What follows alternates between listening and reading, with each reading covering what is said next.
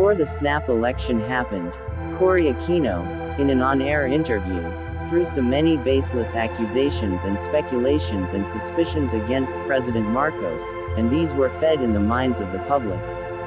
She said she don't have access with media. That is completely false. In fact, the opposite is true. Both media and Aquino conspired together to overthrow Marcos from position. Look at this example on how they hijacked Marcos' coverage during live broadcast. Don't believe any of these stories. What form will that cooperation take? Well, that they do not publish any of these propaganda lies without... Channel 4 is on the air again to serve the people. Never let the traitors and leftists hijack the government again to feed their self-serving persuasions. Filipinos of today are already enlightened. Marcos will be vindicated by restitution of right history, not by the distorted one of the rebels movement. Your love for your country does not mean rebellion against good government, which is for change. Nationalism is about discipline and respect for leadership.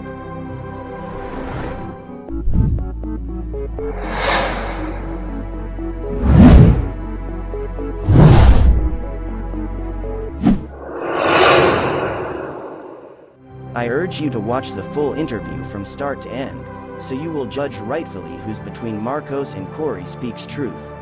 In doing so, you will have a conscience void of offense.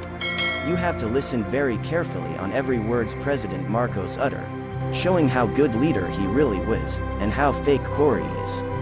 I just want to remind Mr. Marcos that it was he who called for snap elections, and once the people decided to participate, he better watch out if he threatens to frustrate their will again. I'm afraid he will have an angry people on his hands. Mrs. Aquino, you keep making what sometimes sound like veiled threats and sometimes not so veiled. What do you mean he'd better watch out? Well, all along I have asked the people, not to engage in any violence, and so far they have listened to me. And if you may recall, just after my husband was assassinated, I did go on radio in our country, and I asked the people, to observe peaceful means and not to resort to violence, and they did obey me. But this time, they have a greater stake in this. It's not just Cory Aquino, but the future of our children and our children's children.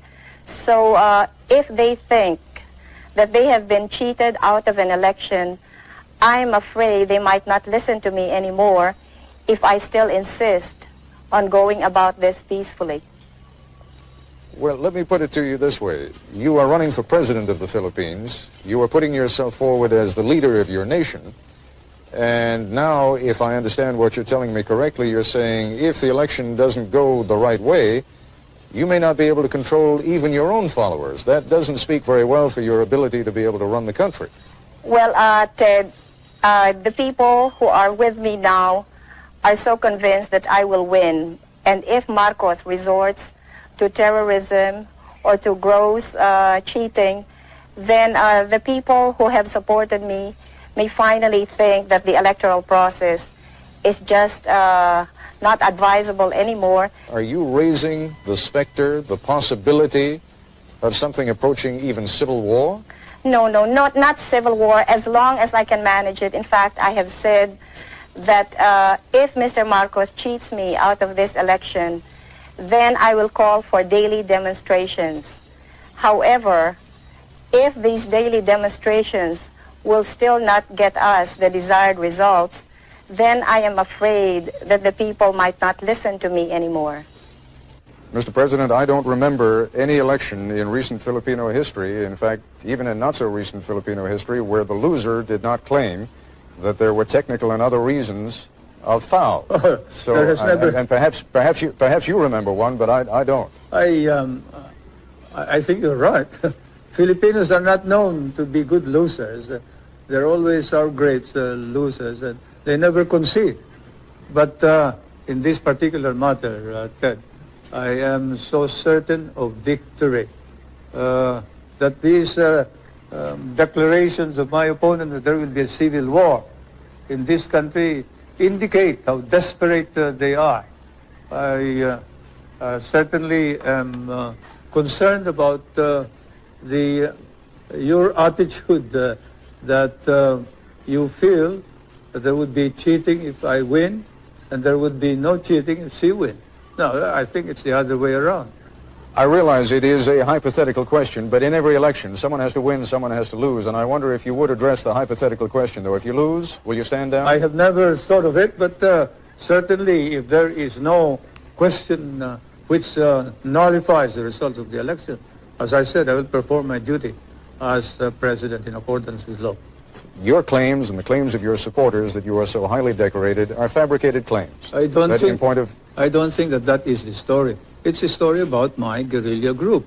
It's not about the medals. Even here, when a case of libel was filed, the publisher here did not question those medals. It's only you, Americans, who question it. I am not going to degrade myself by talking about those medals. If the American government wants them back, they can have them back. It's a good thing that we did not burn them. It's a good thing that we did not burn them at the end of the war, when you refused to give us our back salaries and refused to recognize all of us, and we were not entitled to education benefits, we were not entitled to medical benefits.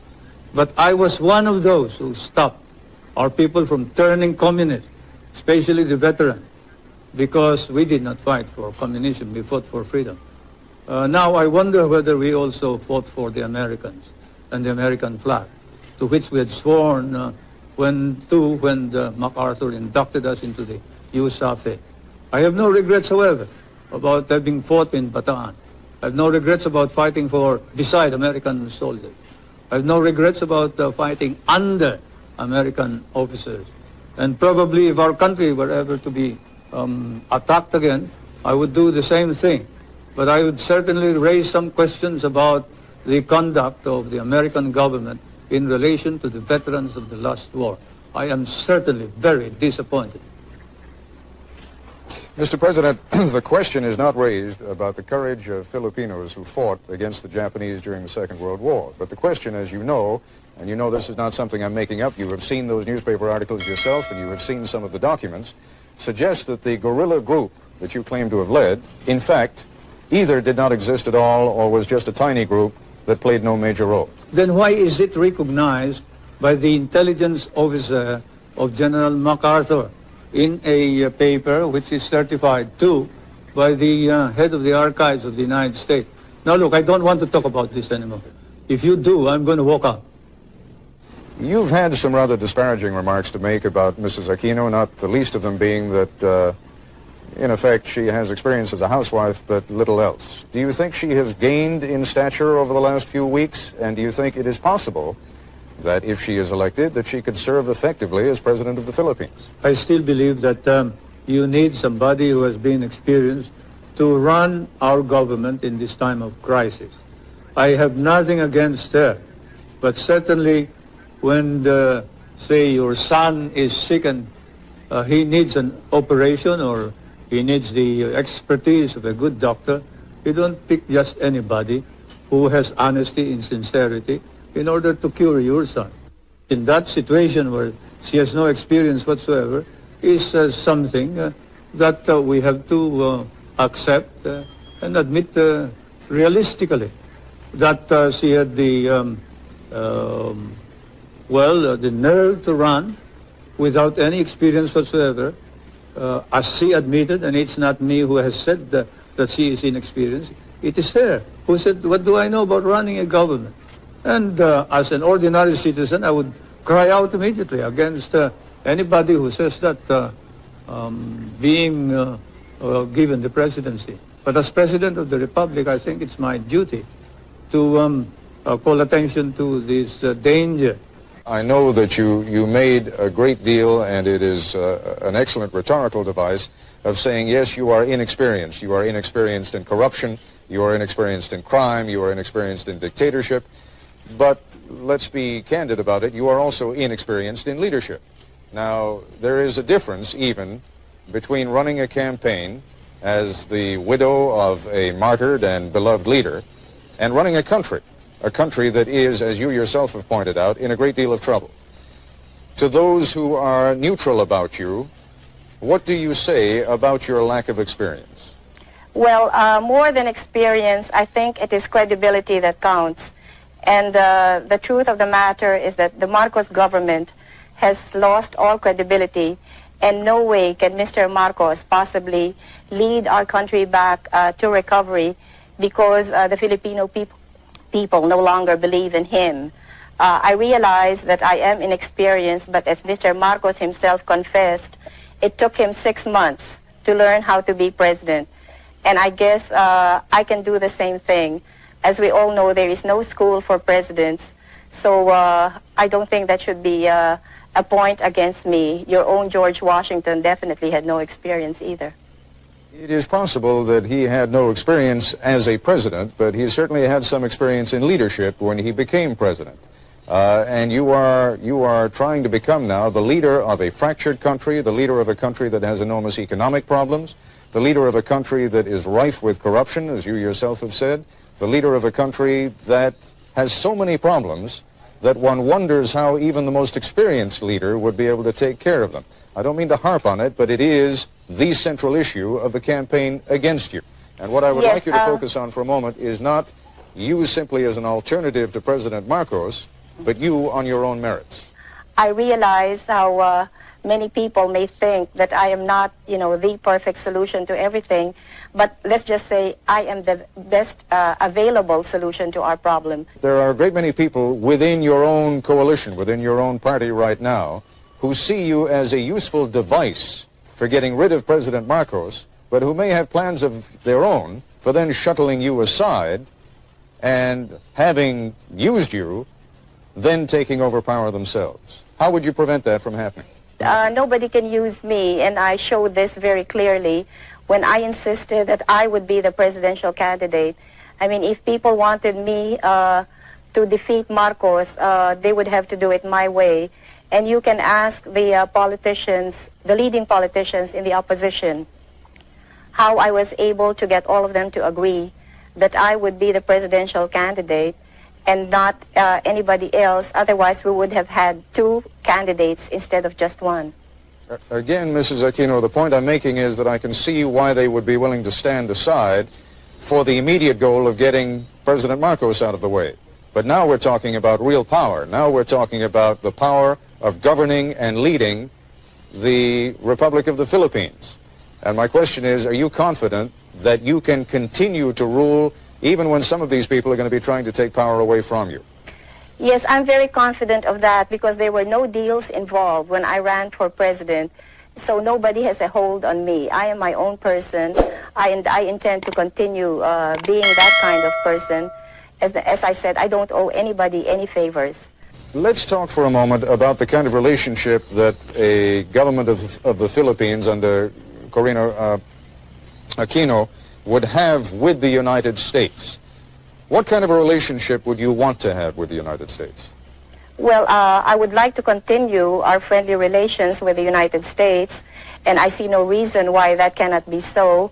In fact, I would like to strengthen those relations, and definitely we will be in direct dialogue with your government. So I really see no problems there.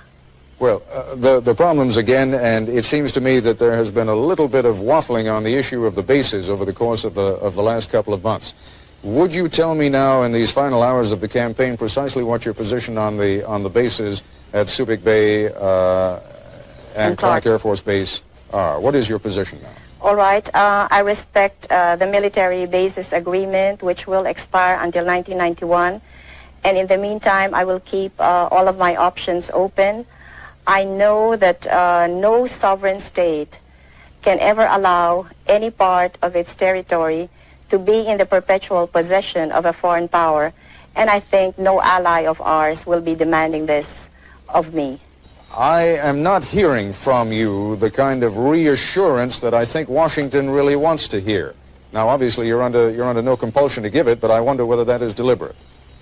No, it's not deliberate. Before the RP-US basis agreement expires in 1991, we will be in consultation with the United States, with our neighboring countries, especially the members of ASEAN, and above all, we will be consulting with the Filipino people so that we will be able to reach an agreement which will be to the best interest of the world, but in particular, the Philippines. I've always maintained that those bases are needed by the two governments and probably by Asia itself, if not the world. You cannot project your naval and air power beyond the South China Sea as well as to the Indian Ocean and the Hormuz Straits in the Middle East without those bases. And we also recognize that Asian countries may be in danger if the balance of military power were not maintained between the two superpowers. And therefore, the ultimate noble purpose of all of this is to maintain that military balance in order that we can avoid war in Asia. This is to the advantage of not only the United States and the Philippines, but to the advantage of all of Asia and perhaps of the Middle East, Europe, and perhaps the world. When you hear people speculating in this country, and there has been some considerable speculation, that perhaps things are becoming a little bit too dicey in the Philippines and that the United States ought to think about putting its bases elsewhere, you take that seriously? I take it seriously, and certainly we would not stop you if you want to get out of the Philippines. Do you think that Subic and Clark can be replaced?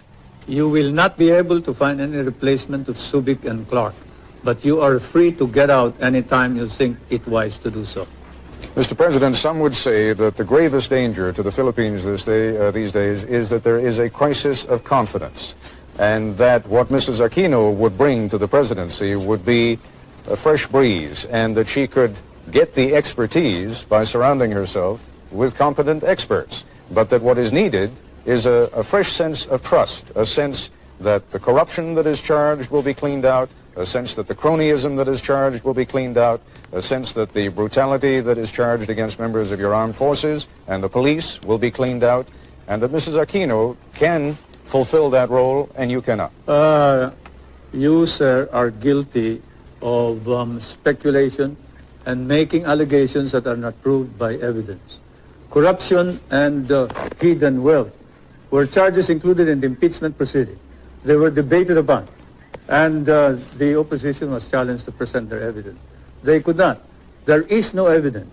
Even in your hearings in the House of Representatives subcommittee of Mr. Sola, Congressman Solomon and Roth, I think, have said that there is no evidence about corruption or hidden wealth, and that this is all hearsay and all rumor. Now you repeat it as if it is the gospel truth. I question your right to make this as a premise for any further questioning. I must say that hearsay, rumors, speculation as a basis for a question by reputable newspapers and foreign correspondents should have no place in a society like ours. Your society. Mr. President, you are quite right. If I were the only one raising those questions, there would be no point in raising them at all. The number does not matter, Ted. Whether 1,000 people raise it, if there is no evidence, then it is false. Whether it is raised by 10,000 people, if there is no evidence, then it is patently false. Numbers do not matter. It is evidence that matters. And you don't have any evidence. Mr. Solas has no evidence. The opposition has no evidence.